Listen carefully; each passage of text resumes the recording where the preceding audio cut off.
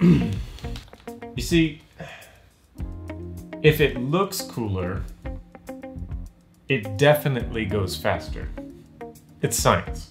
Hey guys, welcome to today's video. In this video today, I wanted to address a few reasons why you may be losing a lot of your RC car races. Obviously, stickers and cool paint jobs make us go faster, but sometimes it's just not fast enough. So let's dive into some stuff and look at some reasons as to why you may be having so much trouble. And then hopefully you'll snag a sweet win. And maybe I'll have this bike done by the end of the video. I don't know. Okay, first tip.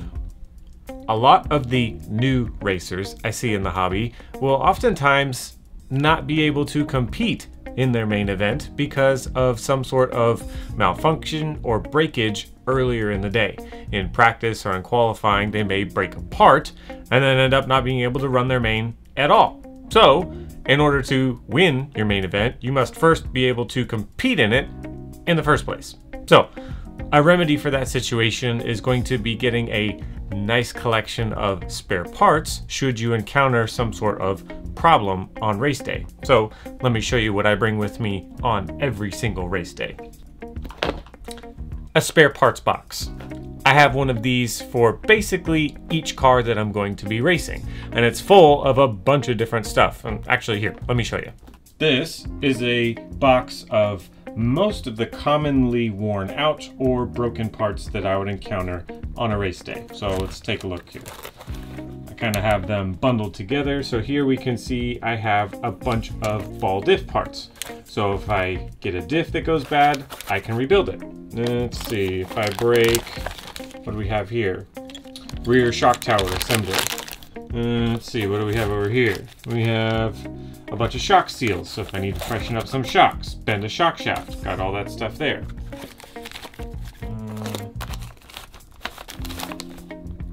Let's see, here we have some A-arms, and I have a bunch of the different ones. We've got front, rear, and a bunch of different stuff in there to go along with those. This little parts box is something that you can find on Amazon, so I'll go ahead and link it down below should you want to grab one for yourself. And then I like to put stickers of the car that is this stuff, so I know what it is when I'm grabbing it out of my bag. Isn't there an expression that can go along with that? Something like preparing to fail is failing to prepare, something like that. I don't know, you guys get the point. Have some parts ready to keep your cars going on race day. Tip number 2 is going to be a practical piece of advice as to what you should focus on when you're looking at your race results. Let me show you. So here is a typical heat sheet that you see from Live RC or whatever scoring system you're going to be using. Here we're going to see the overall time of the race, your qualifying time, laps, and the amount of time it took. Then you're going to be seeing all of your lap times and even your fast lap, your averages of your top 5 lap, average top 10, etc. The thing that you should care the most about and strive to improve over time is this value right here, the consistency. Time and time again, I have personally seen myself throw up the slowest or the second slowest hot lap of the entire group, but still either finish on top or on the podium, all because my consistency was higher than most of the other drivers. So this is kind of like a, well, how do I do that? Practice, practice, practice. My point is, a lot of times I hear young racers, even myself, I'll jokingly focus on the things that don't matter as much. You can have the fastest hot lap of the day, but if you make too many mistakes and your consistency number is very low, you're not gonna win. So, practical tip of advice, when you're looking at these sheets, condition yourself. The very first thing that you care about, the thing you care most about, is going to be that consistency number. Get it up there, and then I promise you will start going faster and winning on race day. Tip number 3, be consistent with your setup changes. What do I mean? Now I know, I've been there, I've done it. and I've told people on my channel, don't do this. When it comes to making setup changes on your car, try to do them one at a time. Too many times I see people that get frustrated with a qualifying result and they're going into the main event and they just want this Hail Mary approach to make something work and go fast. I'm not going to sit here and say that it will or won't work. More often than not, for myself, it usually doesn't solve all of my problems. And in most recent cases, I can say that in my most recent main, I went out, I made a change that was a little bit of a Hail Mary approach, and it made my car borderline undrivable. And now guess what? I'm stuck in my main, and my entire day is now almost a wash because of my lack of self-control when it comes to how I change the setup in my car. Do an extra practice day. Get an extra run of practice in the morning. Do something so that you can alleviate the urge to do lots of random crazy setup changes come main time on race day. Take the time in advance to do these setup changes one at a time, so that way you are confident with your car and you're confident with your setup going into the main day on race day. Because we know that a lot of this stuff is also a mental game. So if you're that much more confident in your setup, you're that much more confident in your racing efforts. If you go up on the driver's stand and you're basically just a giant question mark and you have no confidence in yourself or your car, I can almost promise you you're gonna have a bad time out on the track. So take the time to dial in that setup consistently, patiently, and then you'll go into your main event with a lot more confidence and a much more race-ready mindset. Tip number 4, overheating. This is something that I see with a lot of new people that haven't quite figured out the fine line of how to get their car to finish a race. This could be electric, it could be nitro, either one, this application is still going to be the same. What do I mean?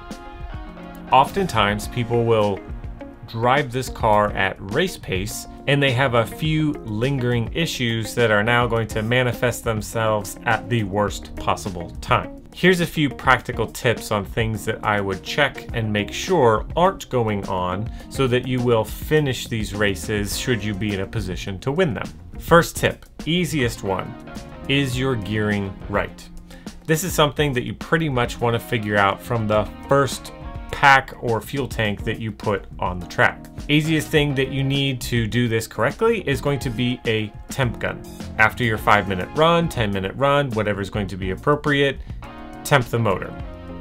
Is it within the range that it needs to be? If it's massively hotter than what it should be, well, now you know. And now it's time to make adjustments well before you get into a main event situation. For those that don't know, if you need to make this adjustment, you say, Ryan, well, how do I drop temperature through gearing? You're going to want to drop teeth on the pinion or increase the teeth on the spur gear. Most commonly, it's going to be just a tooth or two on the pinion will get you where you need to be. Possibly talk to a few of your local fast guys, ask them, hey, where are you geared at for this particular track? And then hopefully you'll have a point of reference. If you guys are gonna ask me where you should be geared for your track, I don't know, because I most likely haven't raced on that track, so my information may be totally off base. But have no fear, if it's hot and you're suspecting that it's through gearing, drop a tooth, see what happens. Another reason why you may be overheating is going to be there's a significant amount of drag in your drivetrain. Most commonly is going to be a bad bearing somewhere in your drivetrain. It might be in an outer hub, it might be in a gearbox, it might be in a center diff. Only you can tell. The easiest way to see if this is an issue for you is while that pinion is removed, if you happen to be changing it for a different one, leave it off, put your car up on a stand, and give the wheels a good spin.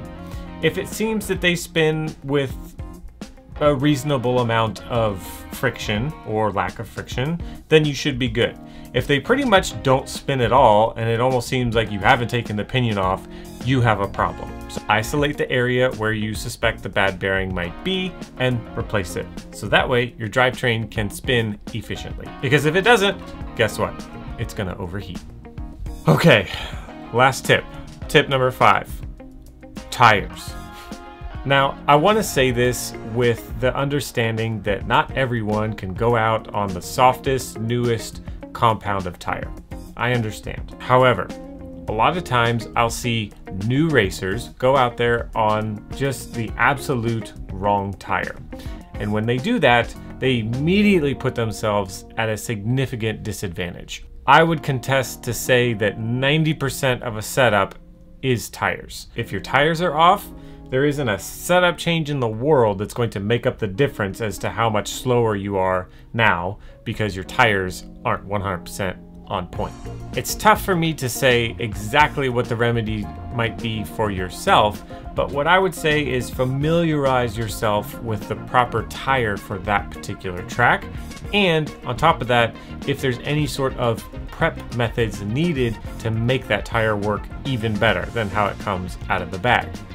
I've made videos on this in the past. I'll go ahead and link one up here. If you find yourself racing some 1/10 scale indoor dirt racing, there's going to be some very important tire prep techniques that you will have to learn in order to go as fast as the guys who are winning. If you find yourself at an outdoor track and tire prep isn't really a thing, well, what tire tread pattern or compound is going to be the best tire for that track? If possible, try a few different compounds. See if they feel different or better for your driving style or that track on that particular day. These are things that are always in my mind as to things that I will evaluate and change based on what my driving performance is telling me.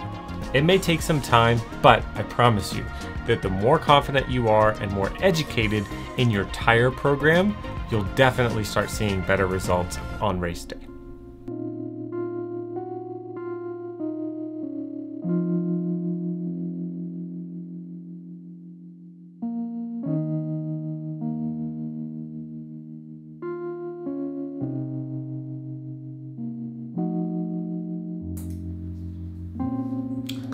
Well, I almost finished the sticker kit.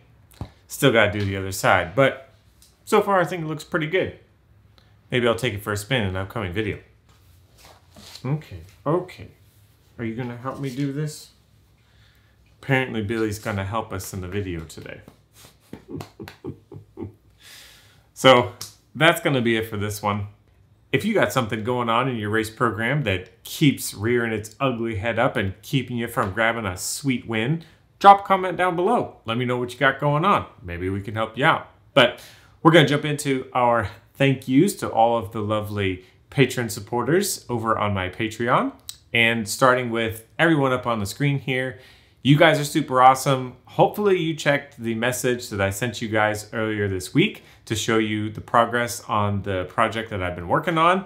Super stoked that it is it's at a place where it's about to become a thing and start existing, which is really weird, but I'm super pumped on it. So huge shout out to all of my massive Patreon supporters, starting with Mr. Alex Johnson. Thank you, sir. Mr. Brad Persons, thank you very much. Mr. Robert Black, thank you. And last but not least, who could forget Mr. Tim Juskowitz. Thank you very much. Without you guys, this definitely would have been much harder and probably not possible. Even everyone that has watched a video, liked, commented, or subscribed, none of this channel would exist without you guys. So thank you very much for your continued support. I am looking forward to doing more stuff with you guys here in the near future. If you want to check out my Patreon, that would be greatly appreciated. I'm currently working on a project that is going to be a traveling workshop and kind of like a brand that's going to represent that and some other stuff here on the channel. So if you guys want to have a direct impact with that, go ahead and check that out down below, but definitely not necessary. If you guys just want to like, comment, and subscribe like always, that'll be just fine. See you guys in the next one. Peace.